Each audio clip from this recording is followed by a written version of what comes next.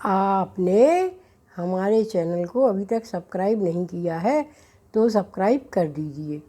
Bell icon घंटी को भी दबा दीजिए ताकि आपको नए से नए वीडियो देखने को मिल सकें।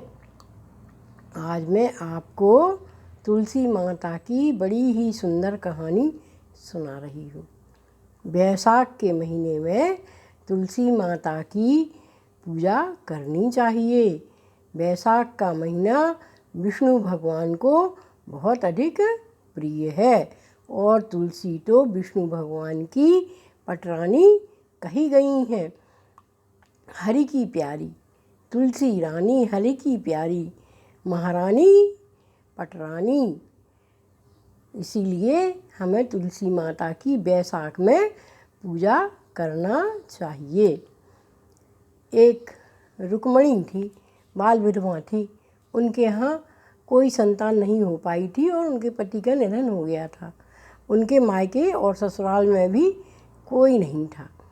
पर जो है रुक्मणी सिर्फ तुलसी माता की पूजा करती थी। बचपन से ही वह तुलसी माता की पूजा करती थी और पति के मर जाने के बाद तो वह सिर्फ और सिर्फ तुलसी माता की ही आराधना करती और बैसाख के महीने में नित्य ही तुलसी को जल देती, उनको भोग लगाती, उनकी आरती करती और तुलसी माता से प्रार्थना करती, बार बार प्रार्थना करती कि हरि की प्यारी, तू हरि की प्यारी है, तू मेरा निस्तारा कर देना। मेरा संसार में कोई नहीं है, सिर्फ आप ही हो माँ। और वह उनकी बड़े प्यार से आरती करती। इसी तरह उनका जीवन गुजर रहा था और वो अब वृद्धावस्था को प्राप्त हो रही थी। अब उनकी उम्र अधिक हो रही थी तो उनको चलने फिरने में भी दिक्कत होने लगी थी। तो अब वह बैसाख के महीने में माँ तुलसी की पूजा करती और कहती, हे माँ, अब तुम ही हो हमें पार करने वाली, इसलिए हमें चटका की चाल देना और पटका की मौत देना और विष्णु भगवान का कंधा दे देना। तो रोज़ कहती बैसाख के महीने भर, अब वो रोज़ कहती और बैसाख की कहानियाँ कहती, उनके सामने बैठकर उनका पूजन करती, हरि के भजन गाती, हमेशा विष्णु भगवान के भजन करती रहती और माता को निरंतर पूजती रहती। इसी तरह उनका जो है वृद्धावस्था निकल रही थी। धीरे धीरे उनका शरीर क्षीण होता जा रहा था। तो बैसाख का महीने में माँ जो है सूख रही थी। तो विष्णु भगवान ने कहा कि बैसाख का महीना, कार्तिक का महीना तो तुलसी का ही होता है। इस महीने में सभी लोग जो है आपको बहुत अधिक पूजन करते हैं, फिर आप माँ अब सूख क्यों रही हो? तो विष्णु उन्होंने कहा कि भगवान हम सब कुछ तो दे देंगे इस डोकरी को, लेकिन आपका कंधा कहाँ से देंगे? यह तो आपका कंधा ही मांगती रहती है।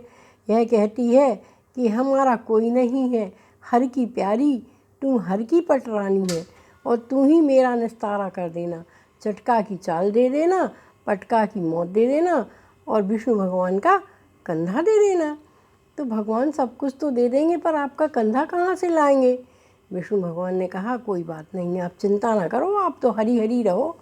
कार्तिक और बैसाख में तो माँ तुलसी का पूजन किया ही जाता है, इसका तो विशेष महत्व है। इसीलिए जो इसका पूजन करते हैं तो उनकी रक्षा करना हमारा धर्म है। अतः हम उस डोकरी का यह अंतिम संस्कार करने तो अवश्य ही आएंगे। और क्या हुआ कि बैसाख का महीना था, वह डोकरी जो है जल्दी जल्दी तुलसी माँ की पूजा करके विष्णु भगवान के मंदिर को पूजा करने जा रही थी। तो जैसे ही वह बाहर निकली तो उसका एक बड़े से पत्थर से पैर टकरा गया और वह गिर गई। और जैसे ही गिरी तो उसको विष्णु भगवान के पार्षद आए और बैकुंठ लोक लेकर चले गए। अब वह डोकरी बहुत ही अच्छी थी, बहुत नेक थी, सबकी मदद करती थी। तो सारे गांव वाले इकट्ठे हो गए और कहने लगे कि अरे देखो कितनी अच्छी मौत मिली, कितनी अच्छी मौत मिली, यह तो मरी जा रही है। तो भगवान ने कहा क्या किया जाए। तो उन्होंने कहा कि जो है विष्णु भगवान को खबर करो। तो विष्णु भगवान को तुलसी माता ने खबर करी। तो विष्णु भगवान आ गए बालक का रूप बनाकर, और उन्होंने डोकरी का अंतिम संस्कार करने की सारी तैयारी कर ली। चंदन की लकड़ियाँ मंगाई और घी मंगाया, और बढ़िया सब लोगों ने, 4 लोगों ने कंधा दिया और विष्णु भगवान ने भी कंधा दिया। उनको पीठ पीताम्बर उठाया गया और उनको अच्छा शमशान में लेकर उनका जो है अंतिम संस्कार किया गया। तो वैशाख के महीने में जो है तुलसी का बहुत अधिक महत्व होता है, क्योंकि वैशाख का महीना विष्णु भगवान को परम प्रिय है। और विष्णु भगवान जो है तुलसी माता विष्णु भगवान को बहुत अधिक प्रिय हैं। जो भी तुलसी माता की पूजा करता है वैशाख के महीने में, उसको विष्णु भगवान की कृपा अवश्य ही प्राप्त होती है।